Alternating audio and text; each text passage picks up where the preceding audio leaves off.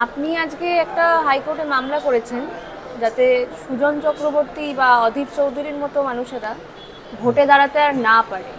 এই বিষয়ে একটু বিস্তারিত বলবেন আমাদের? হ্যাঁ, দেখুন, ঘটনাটা সুজন চক্রবর্তী এবং অধীর চৌধুরী এটা আমাদের কাছে সাবজেক্ট নয়।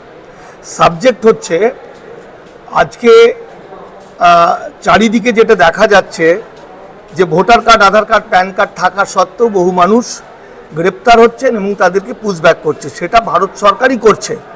এই যে আলোরানী সরকার, সে বিজেপির হয়েও ভোটে দাঁড়িয়েছিল, আবার তৃণমূল হয়েও বিধানসভায় ভোটে দাঁড়িয়েছিল। এখন প্রমাণিত হচ্ছে সে ভারতের নাগরিক নয়। এই যে লাভলি খাতুন, তৃণমূলের একজন প্রধান, সেটা প্রমাণ হয়ে যাচ্ছে ভারতের নাগরিক নয়। এই যে দুলাল শীল, স্বপ্না শীল, এরা দেখা যাচ্ছে যে ভারতের নাগরিক নয়।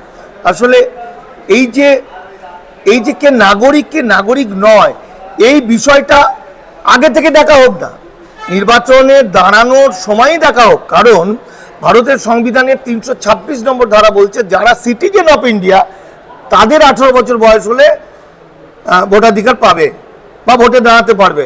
আর সিটিজেন অফ ইন্ডিয়া কারা, সেটাতে সংবিধানের 5 নম্বর এবং 6 নম্বরে স্পষ্ট করে বলে দিয়েছে 50 সালের 26শে জানুয়ারির আগে যারা ভারতবর্ষের দলিল দস্তাবিজ দেখাতে পারবে বা যাদের বাবা মায়ের জন্ম হয়েছে ইত্যাদি একটা আইন কানুন আছে, বা যারা পাসপোর্ট ভিসা নিয়ে এসেছেন, এসে মাইগ্রেশন সার্টিফিকেট নিয়ে এসেছেন, এসে 1955 নাগরিকত্ব আইন অনুযায়ী নাগরিকত্ব সার্টিফিকেট পেয়েছে, তারা ভারতের নাগরিক। তাহলে যদি ভারতের নাগরিক না হলো, তাহলে কেন এদেরকে ভোটে দাঁড় করালো? এই যে আজকে পশ্চিমবঙ্গের, আপনি যে নামটা জিজ্ঞাসা করলেন, অধীর চৌধুরী, সুজন চক্রবর্তীর মতো রাঘব বোয়াল, যারা এতদিন ধরে আমাদের ভারতবর্ষকে এবং বাংলাকে শাসন করে চলেছে, আমার কাছে হিসেব হচ্ছে তাদের 40% ইলিগাল মাইগ্রেন্ট আইনের চোখে। এখন এরা তো দেশভাগে বলিয়া মানুষ, এদের ক্ষতি করাটা আমাদের সাবজেক্ট নয়। সাবজেক্ট হচ্ছে আমরা যখন এদের বাঁচানোর জন্য মুখ দিয়ে রক্ত তুলে বছরের পর বছর ধরে আন্দোলন করে যাচ্ছি, আমার গবেষণার বিষয় হচ্ছে নাগরিকত্ব। আমি যখন তুলে ধরে বলছি যে আইনে বলছে ভোটার কার্ড, প্যান কার্ড, আধার কার্ড এগুলো নাগরিকত্ব প্রমাণ নয়, তখন ওরা মানে নিজেদের অস্তিত্ব রক্ষা করার জন্য নাগরিকত্ব প্রমাণের জন্য কোনো চেষ্টা তো করেইনি। উল্টা সারাদিন আমাকে গালাগালি দিয়েছে উদ্বাস্তুরা, সারাদিন আমাদের দামাল বাংলাকে গালাগালি দিচ্ছে, মানে যারা তাদেরকে ভালো কথা বলেছে। ফলে এই যে উদ্বাস্তু মানুষরা এলেন, আসার পর শুধু নিজের ছাড়া পৃথিবীর কারোরও কিছু ভাবেনি, শুধু নিজের ভালো কি করে হবে। ফলে এখন ভারত সরকার একটা আইন বিল জমা পড়েছে, সেটা হলো এনআরসিকে 10 দিয়ে গুণ করলে যে ভয়ঙ্করতা হয় সেটা হলো immigration act, immigration and foreigners act, foreigners bill 2025, যেটা কয়েকদিনের মধ্যে শুরু হবে। সেখানে কি বলছে যে ফেনআরসির দরকার নেই। যখনই কোনো হসপিটালে কেউ ভর্তি হবে, নার্সিংহোমে ভর্তি হবে, কলেজে ভর্তি হবে, ইউনিভার্সিটিতে ভর্তি হবে, হোস্টেলে ভর্তি হবে, সঙ্গে সঙ্গে তার ডকুমেন্ট, কোন ডকুমেন্ট? ওই যে আধার ভোটার লিঙ্ক হয়ে গেছে, আধার ভোটারের মাধ্যমে বেরিয়ে আসছে 1952 সালে তার বাবা দাদুর নাম ছিল কিনা ভোটার তালিকায়। ভারতের নাগরিকদের প্রথম যে নাগরিক তাদের ভোটার তালিকায় নাম উঠেছিল 52 সালে।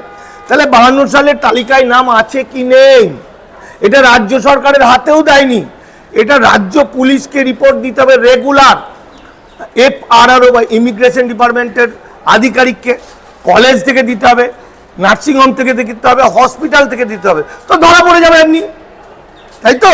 তাহলে ধরা পড়ে যে মানুষগুলো নিজেদের অস্তিত্ব রক্ষা করার চেষ্টা করলো না, নিজের ছেলে পিলে, বাড়ি ঘর, জমি জায়গার বাঁচানোর না চেষ্টা করে সারাদিন হিন্দু মুসলমান হিন্দু মুসলমান হিন্দু মুসলমান হিন্দু মুসলমান করলো, এখন ওদেরকে কুকুর বেরালো তার গায়ে পেচ্ছাপ করবে না, এখন যে অবস্থা হয়েছে, এটা আইনি খেলা। এই যে কবিয়াল অসীম সরকার, এই যে এমপি কি নাম হচ্ছে জগন্নাথ সরকার, এই যে স্বপন মজুমদার 1990 সালে ইলিগাল মাইগ্রেন্ট, আমি এই যে যখনই কাগজে দিচ্ছে না অমুকজন দুপারের ভোটার লিস্টে নাম আছে, চাঞ্চল্য ছড়িয়ে পড়ার কিছু নেই। ওই রিপোর্টারগুলোর কাছে চাঞ্চল্য হতে পারে, কিন্তু এটাই স্বাভাবিক। দু চোখ খুলে তাকাবে, বেশিরভাগ মানুষই তাই, অর্ধেক মানুষই তাই। তার কারণ এই অর্ধেক মানুষকে টুপি পরানো হয়েছে, হিন্দুত্ববাদ ব্রাহ্মণ্যবাদ চুপি পড়িয়েছে স্বাধীনতার, এরা অখণ্ড ভারতের ভূমি সন্তান, এদেরকে বুঝতে দেয়নি, এরা সচেতন হয়নি, ফলে এরা বেনাগরিক হয়ে আছে। এখন প্রশ্নটা হচ্ছে, আমার মামলাটা হচ্ছে নাগরিকরাই ভোটে দাঁড়াতে পারুক, বেনাগরিকরা যাতে ভোটে না দাঁড়াতে পারে। মানে ভোটে দাঁড়ালো, নেতা হলো, মন্ত্রী হলো, তারপর মামলা টুকে দিয়ে সে বেনাগরিক হয়ে গেল। তো আমার বাবার টাকা নাকি, এই টাকাটা, এই যে ভোটের খরচগুলো কাদের হয়তো জনগণের টাকা, তাহলে জনগণের টাকা খরচ করে একজনকে নেতা মন্ত্রী বানালো, তারপরে মামলা করলে তাকে হারিয়ে দেওয়া হলো। তার চেয়ে আগে ভোটে দাঁড়ানোর সময় প্রমাণ করুক যে আমি নাগরিক। নাগরিক প্রমাণ করবে কি করে? সিটিজেনশিপ সার্টিফিকেট দিয়ে। আর যদি এপারের লোক হও, তাহলে তোমার ভাই স্বাধীনতার আগের বা 1950 সালের আগের দলিল দাও, বা 1952 সালের ভারতের প্রথম ভোটার তালিকায় নাম দাও, অথবা সিটিজেনশিপ সার্টিফিকেট দাও। এর বাইরে কোনো গল্প চলবে না। সুজন চক্রবর্তী অসংখ্যবার আমি বলেছি, অদিত চৌধুরী অসংখ্যবার বলার পরও ওরা কেউ এদের বাঁচানোর চেষ্টা করেনি। তো এবার এতদিন উদ্বাস্তুদের বাঁচানোর চেষ্টা করেছিলাম, যারা সারাদিন গালাগালি খাচ্ছি, পেটাচ্ছে, হসপিটালে ভর্তি হচ্ছি, আজকে যখন ইমিগ্রেশন অ্যান্ড ফরেনার্স অ্যাক্ট হয়ে গেছে, এবার তোদের বাঁচাবে কি করে? কে বাঁচাবে? কার বাপের ক্ষমতা আছে বাঁচানো? ফলে আমরা মনে করি আমাদের কাছে দায়বদ্ধতাটা বাংলা এবং বাঙালি, এই দুটো আমরা বুঝি, বাঙালি এবং বাংলা। তাহলে বাঙালি জাতিকে ধ্বংস যদি কেউ করে থাকে, এই যে ওপার থেকে এলো নিয়ে নিজেদের স্বার্থের জন্য শুধু ভোটে দাঁড়িয়ে শুধু নিজের ধান্দা, আর আমার এপারের লোকেরা হরিদাস পাল, সেই কি বলে আন্দামানের জারোয়াদের মতো আর কি, যাদের দেশ তারাই হয়ে গেল বিদেশি আর কি, তাদের কোনো, আদিবাসীদের কোনো মূল্য নেই। এটা চলবে না। আর তাছাড়া এমন একটা আইন তৈরি এসছে, বিজেপি যদি যায় ডালে ডালে, আমরা মানিক ফকিরা যাই পাতায় পাতায়। ওদের যেটা ধান্দা, এই বিধানসভা ভোটে, এটা ওদের হিন্দু রাষ্ট্র হচ্ছে 2025 সাল, যেই ধরুন তৃণমূল জিতলো 2210টা সিটে হোক, 15টা সিটে হোক, যে কোনো, যেই ভোটে জিতবে সঙ্গে সঙ্গে বিজেপি একটা মামলা করে দেবে, এদের 80 জন ইল্লিগাল, এদের 50 জন ইল্লিগাল, ব্যাস সরকারটা বারান করে পড়ে যাবে। ফলে মমতা বন্দ্যোপাধ্যায়ের কাছেও আমার অনুরোধ, অভিষেকের কাছেও অনুরোধ, এবার ভোটে যারা দাঁড়াবে, যাদের টিকিট দেওয়া হবে, তারা যেন এপারের মানুষ হয়, যারা বৈধ নাগরিকদের টিকিট দেওয়া হোক, অবৈধদের টিকিট দেওয়ার দরকার নেই, অবৈধ টিকিট পাওয়ার কোনো রাইট নেই। অবৈধ যারা আইনের, তারা বৈধ হোক, তারা লড়াই করুক, আন্দোলন করুক, আমরা তাদের পাশে থাকব। আন্দোলন করার পর তাদের নাগরিকত্ব প্রমাণ করুক, তারপর ভোটে দাঁড়াক। এটাই আজকে আমার এই যে চিফ জাস্টিসের ঘরে যে মামলাটা জমা হলো, যে পিটিশনটা জমা পড়েছে, সেই পিটিশনের এটাই বক্তব্য।